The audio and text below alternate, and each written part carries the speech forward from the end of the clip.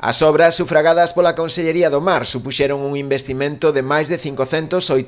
euros e foron froito da solicitude que a propia dirección da Escola Náutico Pesqueira lle realizou á conselleira durante unha visita ás instalacións sobre a necesidade de habilitar un salón de actos e audiovisuais e unha aula de pesca sostible e responsable. As aulas, como ven, son dous espacios moi específicos de formación. Por un lado, toda a parte de novas tecnoloxías que se van a levar a cabo e, digamos, no salón de actos, e tamén na aula de pesca responsable,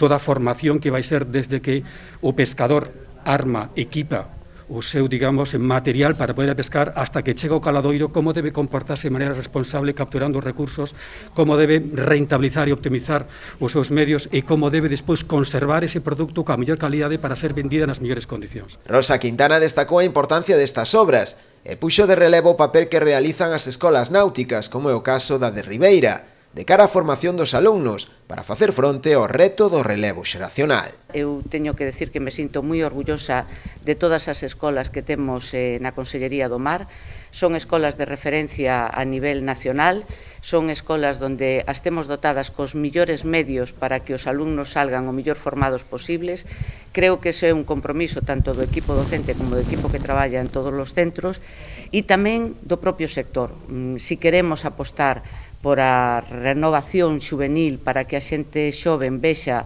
na pesca un futuro, dende logo ten que tamén sentirse arroupada cunhas liñas de formación axeitadas que lle permiten estar acreditando diante de toda a sociedade a nivel nacional e internacional que somos quen de facer unha pesca sostible, de que somos quen de vivir da explotación dos nosos recursos. Posteriormente, a titular do Mar desprazouse a Tanoia, onde visitou a lonxe de Testal, para supervisar tamén as obras que se están a executar na Rula. Alí aludiu á publicación esta semana no Diario Oficial de Galicia da ampliación en preto de 680.000 euros do crédito destinado á convocatoria de 2020 das achegas para a modernización das instalacións portuarias no marco do Fondo Europeo Marítimo de Pesca. Este incremento súmase á cantidade inicial de 2,5 millóns de euros destinadas para este fin a principios de ano, o que supón un importe total de máis de 3 millóns de euros. Estas achegas están dirixidas, segundo ela, ás confrarías de pescadores, e con elas impúlsanse proxectos de mellora da eficiencia enerxética, como é o caso da modernización da iluminación interior con tecnoloxía LED,